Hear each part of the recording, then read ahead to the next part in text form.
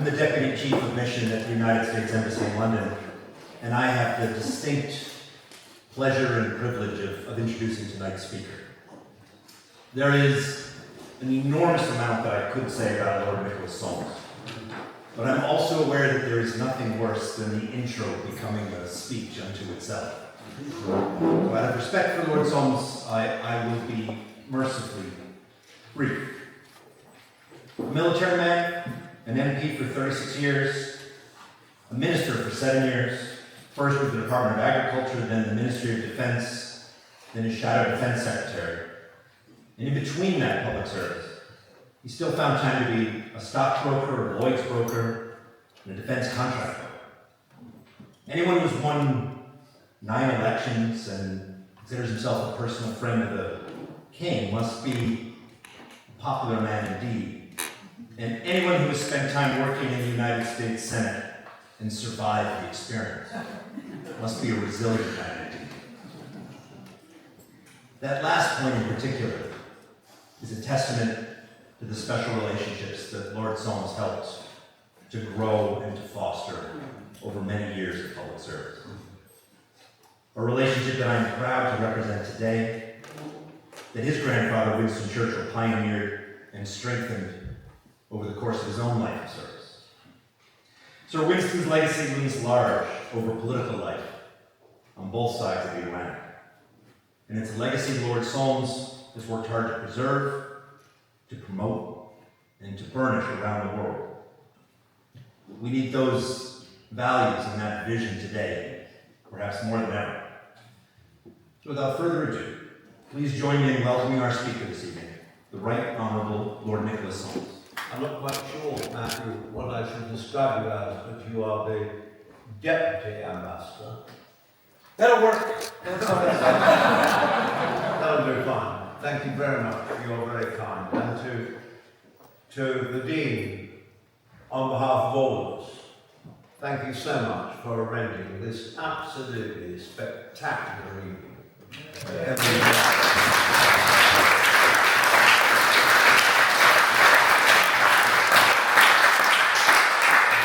It doesn't happen by magic. It requires a great deal of effort and work, and I know very well how much effort has been put into this. Not only by you, Dean, but also by Alan Packwood and many others into ensuring this is a very special evening, which this dinner tonight celebrates the special relationship which you are going to discuss at length tomorrow with some very formidable people. Ladies and gentlemen, I grew up in a very political household, and when my father asked me what I was going to do, and I said I thought that I might, after having been a soldier, I might, if I was lucky enough, have a go at going into Parliament. He told me a very good story, which, as Alan Packwood will know, of the many, many Churchill stories, most of which are completely untrue. This is completely true. The occasion was the dinner given by President Eisenhower, the celebration given by President Eisenhower in Bermuda to celebrate the Anglo-American relationship, the special relationship. It was a very special evening, a full moon, a warm sea, a beautiful, magical beach, and the opportunity for Churchill to say a few words. And the occasion required him to say something that was a little bit different. So he stood up and he said the following. He said,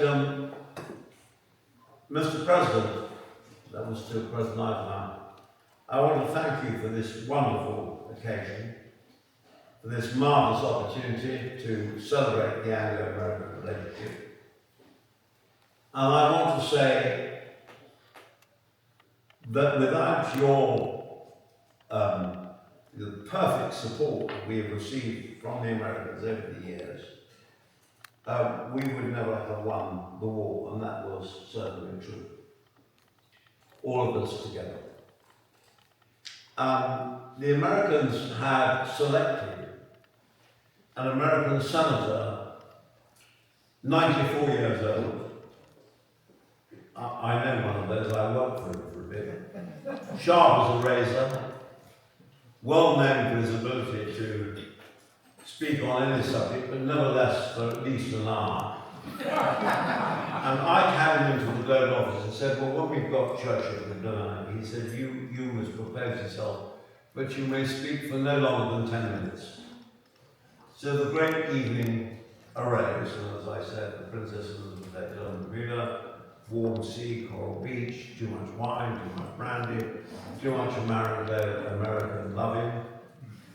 And the senator rose to propose my grandfather's health. And he did so in a unique manner. He said, sir, he said, tonight we assemble, all of us, under this great room, to remember everything that goes together to make the Anglo-American relationship. He said, you look about you and you see this wonderful picture. And what does one think of? Well, one thinks of the warmth of the sea and the magnificence of the brandy and all the other great things that go together to make such a great evening. And he said, I would like now to propose Churchill's health. And he took as his speech, as his testimony, the word Yale, which is the university at which he had been educated. And he said that Yale stood for youth, ambition, life and enterprise. He gave him 10 minutes on each subject, 5 minutes on what a great man Churchill was. And as he sat down, a very loud American voice at the back of the room shouting, well, thank God he didn't go to the Massachusetts Institute. So all my life, Madam Queen, I've had this terrible sword of Damocles hanging over my head. And we meet tonight at this wonderful occasion in this extraordinary place, to celebrate and reflect on the ongoing importance and profound relevance of the special relationship, but also to celebrate the imagination and determination of the late and much missed Patrick Cormack and the energy with which James Birch, now chairman of the historic Lincoln Trust, have stepped in to make this such a very special occasion. As almost everyone here will know, Patrick Cormack was a most distinguished Staffordshire Member of Parliament for 36 years, which was extraordinary, the same length of time that I was a Member of Parliament. From 1974 to 2010, and a member of the House of Lords until his untimely and wholly unexpected death in February of this year, after 13 years of service to the upper house. And to his family, we just say, he was a great man, Patrick. He really was.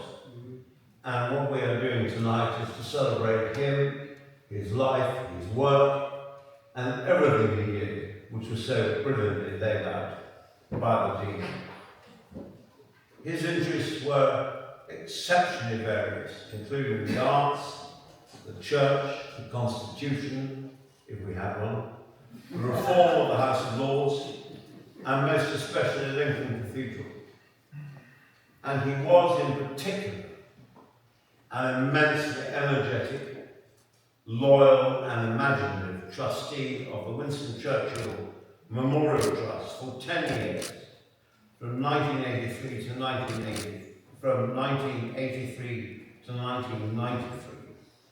and my family have always been profoundly grateful to Patrick for his robust support for all things Churchill. Indeed, if Patrick had the wind in his sails about something impertinent that someone had said about my grandfather, you needed to get out of the room quick time. If, ladies and gentlemen, you are attending the symposium tomorrow, you will have the privilege to hear from amongst others, the former Air Chief Marshal, the Lord Peach, Knight of the Garter, and Lord Baton, who will, amongst others, reflect upon the special relationship Churchill and its importance. So anything that I say tonight will be put straight, particularly by Lord Baton. We are living in probably, ladies and gentlemen, the most dangerously complex and strategically confusing environment since the 1930s. The Cold War now seems almost as if it were predictable. This in and of itself is a prime reason to ensure that the special relationship and the wider transatlantic alliance is in good shape and fit to purpose for today's very different times. The essential architecture of the special relationship was constructed and centred upon the bonds established between Churchill and Roosevelt. They were for very real reasons of self-interest, as these sort of things always are. Winston Churchill described the joint inheritance of Britain and America as not just a shared history, but a shared belief in the great principles of freedom and the rights of man. Of what Barack Obama described, in my view, the greatest speech I have ever heard, in his election night speech at Grant Park, Chicago, as the enduring power of our ideals: democracy, liberty, opportunity, and unyielding hope. What has always struck me is that the idealism and day-to-day functioning of the special relationship is rooted in the realities of history. That is essentially what forged these bonds in the fire of war. A bond made more real by the friendship of two of our greatest leaders. Churchill and Roosevelt had their differences.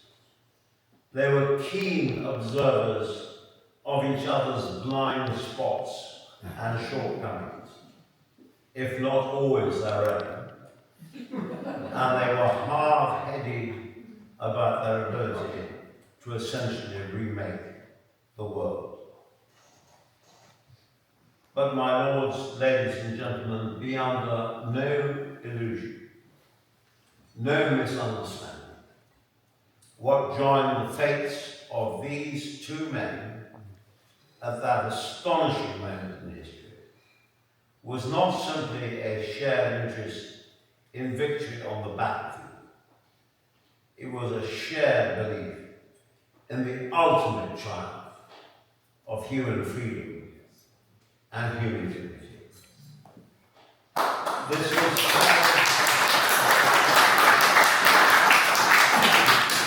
This was carried forward by Attlee and Truman, whose relationship was just as important, but made easier by the pioneering work of their predecessors.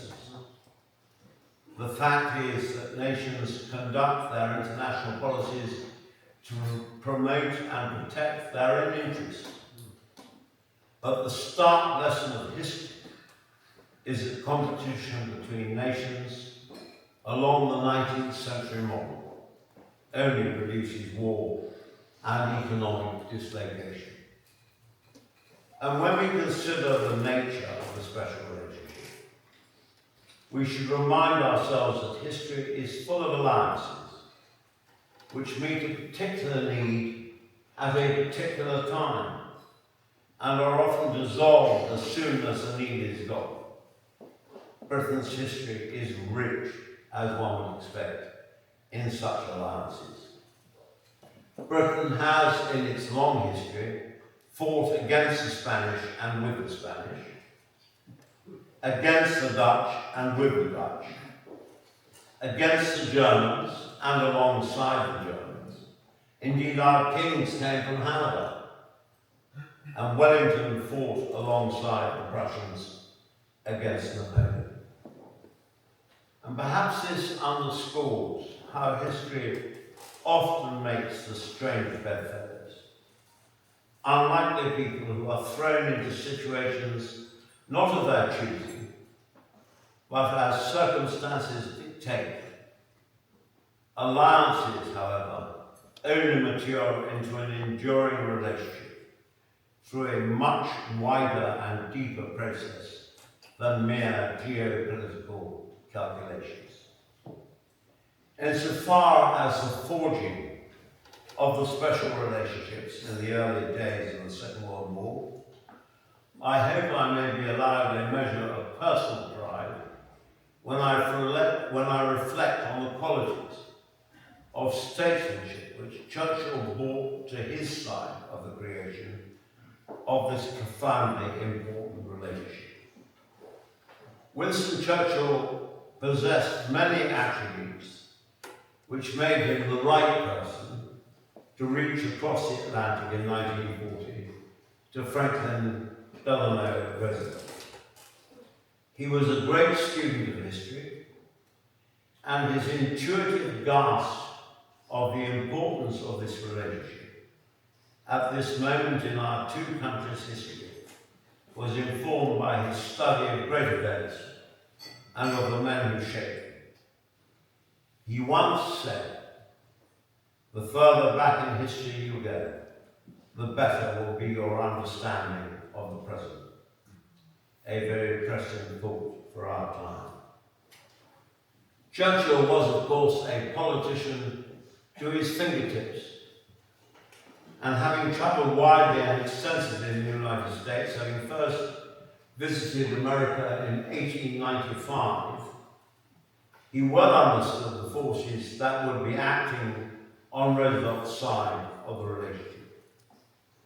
He also had the inestimable benefit of an American mother, the remarkable but racy and very beautiful Miss Jenny Jerome of Brooklyn, New York, my great-grandmother, through whom, incidentally, he had not only American, but to his intense pleasure, revolutionary blood in his brains, which thus further helped him to understand perspective from the other side of the fence. However, the circumstances surrounding the forging of this relationship were not propitious. America felt, quite understandably, that it had done its part to restore order in the old world by sending men to fight and die in the First World War. All of this Churchill knew and understood. He had been in and out of government during and after the First World War and saw peacemaking from his own point of view. He had also travelled widely in America whilst out of office. Roosevelt, for his part, also understood the significance of the outbreak of war in Europe in 1939. He had been Secretary of State in Wilson's administration. He knew that matters in Europe would not be settled without some measure of involvement by the United States. And he also knew that there was considerable opposition to America committing forces. Roosevelt knew he could not win a third term by advocating American involvement in the European war.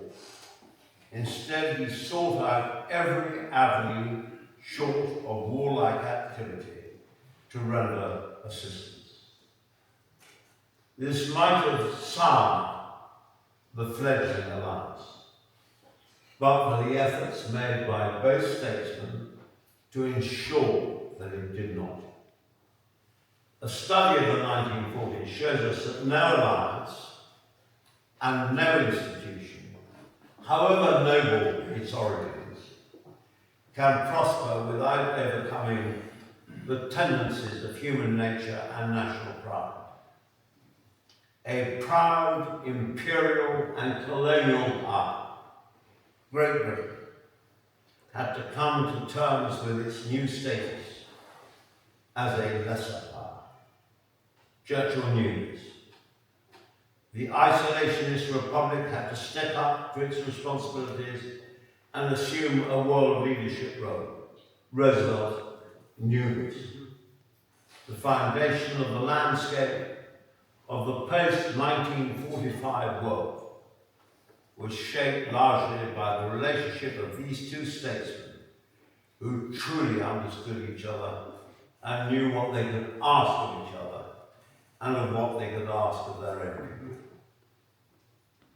The death of Roosevelt at the very point of victory and the political feat of Churchill at the hands of the British electorate did not, of course, end the special relationship and the wider alliance.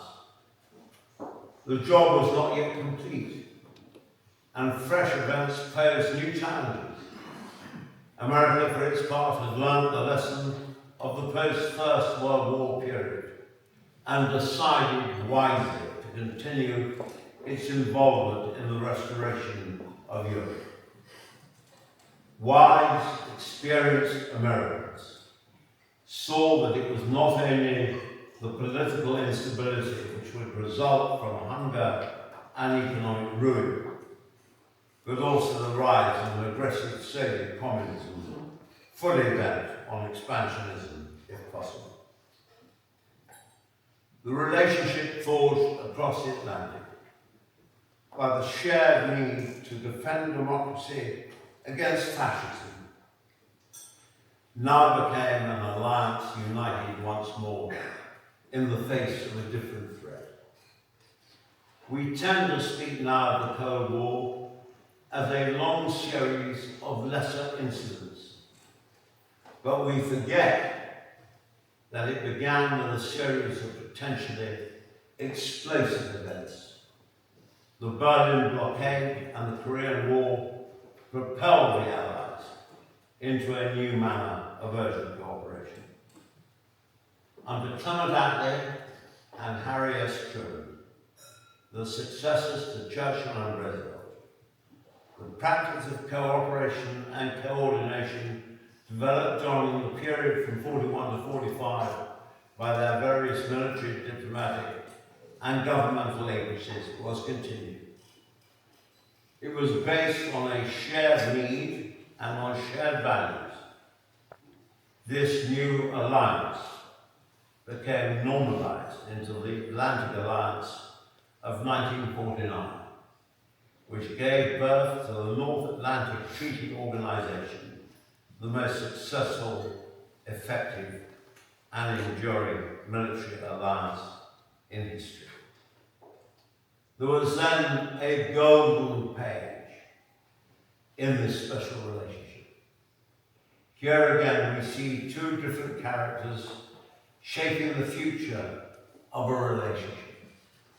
President Kennedy was old enough to have served in the Second World War, but in his great inaugural speech, he spoke of the torch being passed to a new generation, tempered by a hard and bitter peace. From his own experience, he understood how the world had been shaped and of the need to face down communism. Macmillan, the last Edwardian, as he was often described, and Kennedy formed, frankly, an unlikely pairing, but they wholly understood each other and where their countries were going. The world had indeed become an increasingly dangerous place. The Cuban Missile Crisis underlined this point, just in case anyone had been in doubt. The creation of the Berlin Wall seemed to signify the potential for a European flashpoint to have the greatest possible global consequences. Yet in this fevered atmosphere, Macmillan was able to achieve the Nassau Agreement with President Kennedy, resulting in the sharing of nuclear expertise, a treaty of the first importance, which survives today. The Thatcher-Reagan era was the rekindling of the substance of the special relationship. Their ideological beliefs were similar. Both had an intuitive gift that is rarely given to statesmen, to see beyond the squares of the chessboard and to sense the shifting tenor of their times. But what September the 11th and the events consequent to it ultimately showed us is that the underlying conflict that our nations have to deal with is still between democracy and tyranny. Nazism was replaced by communism. Hitler was replaced by Stalin. The Blitzkrieg was replaced by the nuclear stalemate of the Cold War. Al-Qaeda was and is as much a tyranny as the Nazis ever were. And they do not proclaim freedom, they glorify in death. My lords, ladies and gentlemen, the future of this special relationship is dependent on those who come after the current generations of political leaders and the events that will shape them. It also depends on the value ascribed to this relationship by each party. Europe has again found its freedom thanks in large part to the security and prosperity it enjoyed after 1945 and after the fall of the Berlin Wall. These are the fruits of the Marshall Plan, the Atlantic Alliance, and of America's heroic commitment to Europe's stability as well as the success of the European Union. However much we may argue back and forth across the Atlantic about the Ukraine and the Middle East, or the best way to deal with Iran, the democratic nations need to remain constant in the vigilance of their values. We should remember those who struggle. As Churchill said, let us not start a quarrel between the present and the past, or we will risk losing the future. These relations, which have sometimes dominated the agenda, have left us in 2024 the indispensable and invaluable partnership for prosperity, for peace, and for freedom. Keep your friendships in good repair was a familiar saying of Churchill's. We should follow his advice. And so it seems a good moment, given the tremendous difficulties that surround us, to remember Winston Churchill's absolute devotion to the Anglo-American relationship, and how right he was to see its profound influence to both America and Britain through thick and thin. I would like to conclude, you will be pleased to hear, vaguely controversial. There is a level of hysteria which overlays the special relationship. America, being the greatest power in the world, has special relationships with many, many countries. the Poles, the Irish, you name it, they have a special relationship. Of course they do. Our magnificent press have a collective nervous breakdown every time the Prime Minister either goes to Washington or receives the President in London as to whether or not this unicorn actually exists. Well, the answer is, my lords, ladies and gentlemen, of course it does. Our intelligence ties are as strong as ever. Our military to military relationships, even allowing for obvious difficulties, are extremely close.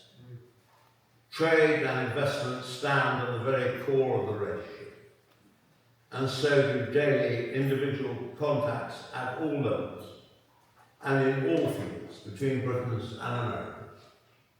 And there is no finer example than that you, Madam Dean, have produced here tonight.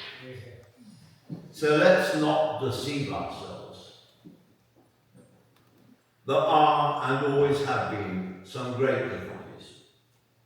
We are both of us preoccupied with the scope and scale of our own immediate domestic problems. And there is about to be a presidential election which will one way or another bring with it extraordinary consequences.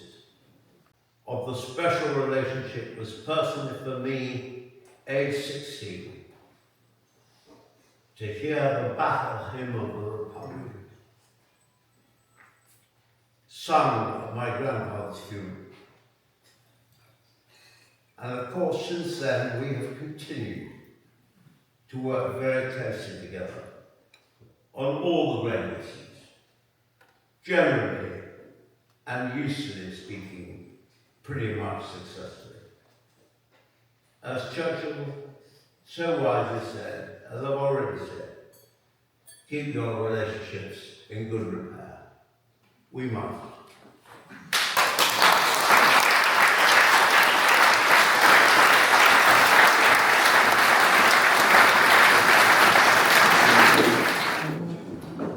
Ladies and gentlemen, the King. The King. The King.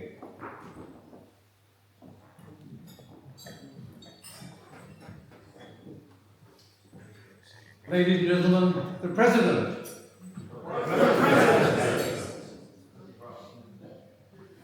Ladies and gentlemen, the immortal memory of Sir Winston Churchill.